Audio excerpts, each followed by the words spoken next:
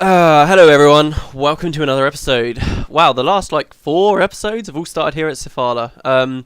So yeah, I still haven't got a reply from you guys. Yes, this is going to be another episode where we're just kind of cleaning up the rest of the side quest around here. So we've only been, actually, Jesus, we've only been to 4, but there's no quest there. 3 places really in the far Shiver Peaks, and there's already quite a few quests that we can do. As we go further through the main storyline, more open up, it's kind of on that system. But for now, there are a fair few that we can sort of do. As I said, in Eye of the North, all of the side quests give you skills, so they're all pretty much worth it. They've all got interesting things to talk about as well. Mind you, I say that, but this one doesn't. So, Undrath Blast Rock.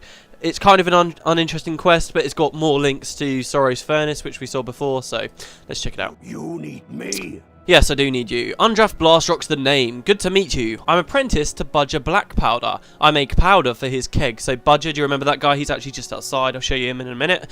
We came up north because our last accident in the Deldrimor war camp raised King Jarlis's ire. So we're keeping a low profile as miners, but Budger is just itching to blow something up. So Budger is a character just outside of here, and again, if you watch the Sorrow's Furnace episodes, he was there with us, and he helped us like right at the end of the last quest there, which is pretty awesome. So this guy's got 2 quests. Let's do the big unfriendly Jotunn. I got myself a giant problem, friend. I came all the way from Deldrimor because Budger Blackpowder needed to extract some tricky ore for his high-quality explosives. But no sooner than I set up operations did a Jotunn clan move in and slaughter most of our workers. The rest of our miners won't go near the site. You might not know this, but we dwarves don't much like Jotunn. Nasty customers with big clubs. Do me and Budger a favour, would you? Go remove the Jotunn clan leader, Ulgrimar Nash, and all of his dwarf-busting buddies so we can start mining again. Cool, and we get 2 skills from this. I won't let the Jotunn clan muscle you out. So, yeah, I think this is quite interesting. I'm going to go a bit lore nerd on you guys there. This could mean potentially that there are Jotunn in the southern Shiver Peaks, because the dwarves usually aren't up here, as who was it that told us? As Ogden said when we first got here. It's mostly just scouts around here, right? Actually, I don't want Harter, because I'm mostly physical, so let's go Aiden. So, you don't usually get many dwarves up here, and yet the dwarves and the Jotunn seem to have a little bit, I guess, kind of grasping at straws, I guess, but a little bit of a history there, which could mean that they're further down in the northern Shiver Peaks. We just really haven't seen any of them. We didn't spend much, if you think about it from a story perspective, we didn't really spend much time there. Anyway, here's Budger. I just love this guy. I wish there was a tonic to make you look like Budger. That'd be so amazing. I just like the goggles, really. And like all these little things. Anyway, right, hello. Hail, human. You look like you could use a bit of powder for your journey. I'll make you a deal. Pay me 100 gold and I'll follow you around and provide you with as many kegs, the powder kind, as you need. So this is something cool you can do. You can hire him. He says, say, why don't we go find some things to blow up? Later on in the storyline, he comes into it a bit more. But they added him here as well, just as a kind of a nice little thing for the players. Now, he's seriously not worth it anymore. But pretty much, if we talk to him, it's just like in Sorrow's Furnace. What news? Watch out where you stick this stuff. You could put an eye out or a whole head. And you can drop a keg and it will do a little bit of damage. In fact, if I stand... No, it won't hurt me. And it will knock things over, right? I think it knocks things over anyway. And that used to be really good because you used to be able to talk to him, grab a keg. Nothing sounds as good as a little boom. And you could do it very, very, very quickly. But can you see there's like a cooldown now, so I can't do it instantly. Now, what people used to do was use that for farming. They'd ball a load of things up and then grab and drop hundreds of kegs from Budger in just a couple of seconds, and then everything would go to hell, and people used to farm, and they did it all the time. Sadly, that got nerfed about a year, maybe 2 years ago now. That was a really famous farm. I used to really enjoy it. It was called keg bombing. And you can't do it anymore, so now he's kind of a lot more redundant. I guess he was never really used outside of that farm anyway, but still. So he does have a part to play in the story, as we'll see later on. I just think it was a cool little touch for them to allow us to hire him, and he'll follow you through portals, so you can actually have him anywhere you really want around here, until you have to go to an outpost, which is nice. Anyway, wait, that's Sifala? How the hell did I get turned around? Oh, no, there's just 2 exits. Oh, for a moment there, I really kind of freaked out. Alright, okay, so here's the Jotunn. This is quite a short little quest. It's a nice one, I guess. It's good for a let's play, let's say. There's lots of Jotunn, and there's Chieftain Ulgrimar Nash up there, who actually, if you have a look at him, doesn't look like regular Jotunn. I think he's using the Yeti model, which again is another weird sign talking about how Yeti and Jotunn are somehow related to one another. Yet you never actually see Yeti up here. It's just Jotunn. I would actually prefer if we saw Yeti up here, because the Jotunn are way more annoying, but there we go. Got to deal with it. But yeah, it's a cool quest, I think, because it's short, which is always a plus in my book. and it's difficult. I really like it when any game is kind of short but really high intensity. That's the way to do it. I don't like long drawn out stuff, which might be surprising to you guys considering we're on episode 300 now, whatever the hell it is. But yeah, take out the Jotunn. Anyway, due to the nature of the quest, also, I guess they're just going to keep charging at us. It's a quest. Oh, look, there's loads of dwarf corpses up there. Can you see those? It's just one of those quests where you've got to be careful, slowly pull things, make sure they don't all just rape you. And that's about it, really. So I guess I will speed it up or cut it until we've got just the chieftain left.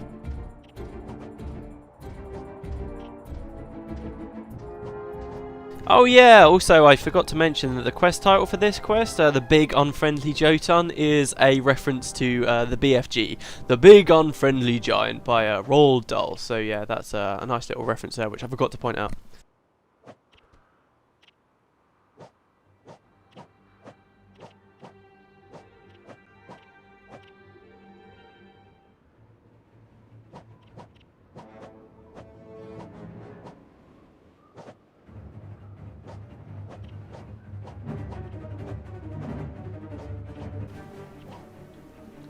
But here we go, I aggroed him anyway in the last fight. I don't know how strong he really is.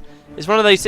whenever you fight one guy and you've got a whole team like this, it's really hard, because sometimes they hit you for loads of damage, but it's really hard to judge how strong they are when you've got a whole team protecting you and healing you and stuff. He's not much of a problem though, it's just the fact he's got a big group around him that really makes him difficult. But there we go, down he goes. The Yeti. You can tell it's a Yeti, by the way, because they got like these kinds of mouths. The mouths always remind me of, you know, Elite from the Halo series. That's what they always remind me of.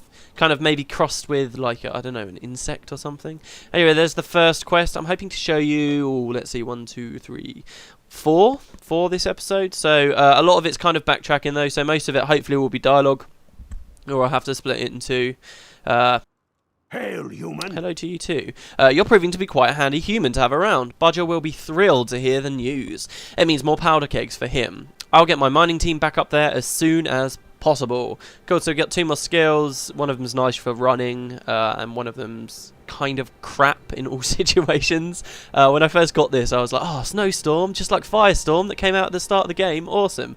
No, it's not really that great. I've never found a good use anyway. Hail, human. Right, so his second quest is to do with Crack Flamewig, another returning character from Sorrow's Furnace. Crack Flamewhip, a notoriously cruel Stone Summit dwarf, has mobilised a mounted unit that has been wreaking havoc on us Delgamore. He and his stooges have been sighted in Drakkar Lake. You'd be doing us a heck of a favour if you put some hurt in on him. Again, I don't know, I feel like I'm not pronouncing that right. Drakkar Lake, maybe? Anyway, I'll flame whip him good. I'd rather put my feet up. No, I'll flame whip him. I like the idea of that. So we're actually going to be coming out into another explorable, which, depending on what you guys chose, we'll be going to either very soon or later, because there's a kind of some important main quest stuff going on here. This quest, though, doesn't take you very far out into here.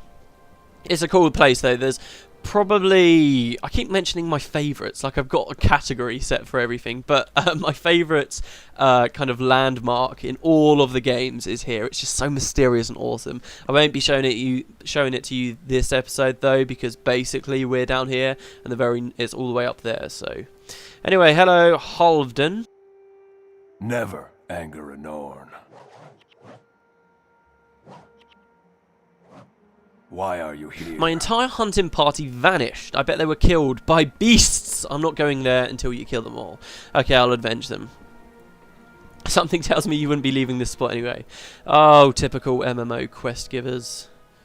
So lifelike. Right, okay, so, yeah, beasts. You get, like, this huge field down here. It's pretty cool. And there's loads of bison sort of patrolling around the area. There's an art. There really is an art to being able to get through this whole section, avoiding all of the patrols. It can be done, and it's quite interesting when you do it. It's like, yes, I made it.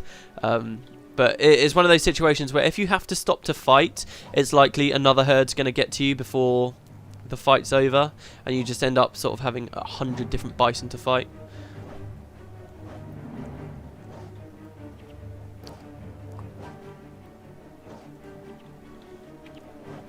But our goal, as you can see... Oh, no, you can't see. Hold on. Find and destroy Crack. His elite cavalry unit. Oh, we don't actually get a quest marker. That's cool. I really wish that they did that more in this game. I love it when you don't get a quest marker. A lot of the time it just makes the quest into finding needles and haystacks, I'll give you that. But if they give you actual dialogue, and admittedly this quest hasn't, but if they give you actual dialogue pointing you into the general direction of where you should be going, that's really cool. It just makes the whole thing so much more immersive. Anyway, they're over here. You can see them all running over there. I'm kind of worried they're going to sprint off before I can aggro them, and I'm going to have to fight my way through a million bison. Yeah, anyway, there's Crack. He's got a lot of people with him, hasn't he? Are we okay? No, look at that, see? No, I don't care about you Wendigos. Leave me alone. Oh, I'm kind of scared about engaging them now with Wendigos behind us. I'm going to have to fight the Wendigos. Ah, they're going to leave. Shit. You can run, Crack, but you can't hide forever. In fact, you can't even run because I'm probably faster than you. And you stop every 5 steps. Right, okay, let's go. I was scared they were going to get a lot further away this time. So yeah, you can actually, there's a lot of new varieties of Stone Summit. There's actually, as we know, the Stone Summit, well, you might have forgotten by now, but the Stone Summit are slave masters. They all have these mounts. Wow, look at all these. Hopefully I can get a lot of AoE damage off on them. But they never tame animals like you might expect rangers or more civilized races to do. They never do that.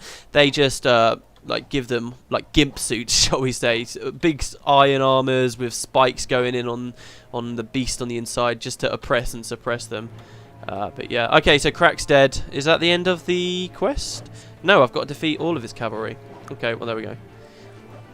You know, I really don't like the Stone Summit because of all the hassle they gave me in my solo Let's Play, but that went pretty well. They're not as dangerous as I thought they were. Well, there we go, that's Crack's cavalry. 2 quests down, just 2 to go, and these last 2 are pretty cool, and quests that are easily missed if you're not sort of one of those players that does a lot of stuff in the game, but they're very cool quests just because of the rewards that you get from them. Anyway, hello Andrath. Hail, human! So you've put out Flamix Fire, eh? If you were 2 feet shorter, I'd kiss ya. Budger will be especially thrilled. He's got a long, unpleasant history with Crack. We'll be celebrating tonight. So Crack, by the way, I forgot to mention, you see him in Sorry's Furnace. There's a quest where you go in there with a human, and you're pretending to be slaves, and he's one of the slave masters, and because you're pretending to be slaves at the time, you've got an enchantment on you. You can't actually fight him or get revenge on him, so it took people years, what was it, 3 years for Eye of the North to come out to finally kill his ass, but there we go. Right, so that's these quests here at Safala. There are a few more. Remember, we killed 3 guys. There are actually 3 more bounties we can get. I'll be showing you those later, though. For now, we're going to return to Gunnar's hold, and do you remember the other episode where I was wandering around like a headless chicken, and Gunnar wanted to give me a quest, but I ignored it?